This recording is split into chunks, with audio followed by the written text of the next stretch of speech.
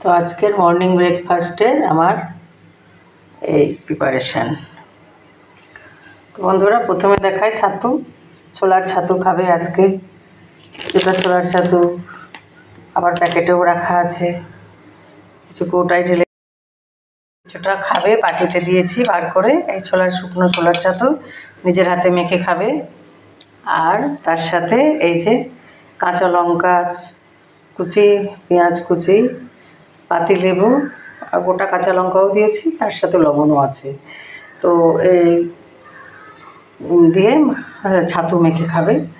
আর মানে যারা ছাতুর ঘোল খাবে বন্ধুরা, এই যে চিনি আছে, চিনি, তো এই চিনি লবণ দিয়ে গুলে 1 গ্লাস জল দিয়েছি, এই জলের মধ্যে গুলে ছাতুর ঘোল খাবে।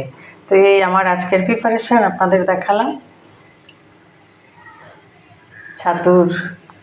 ছোলার ছাতুর প্রিপারেশান, আজকের ব্রেকফাস্ট। এই ছোলার ছাতু রেডি হয়ে গেছে।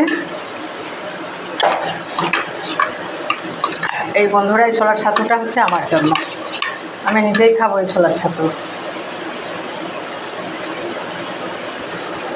রেডি হয়ে গেছে ছোলার ছাতু। এটা শুধু লবণ আর চিনি দিয়ে গুলে, এটা আমার খুব ফেভারিট।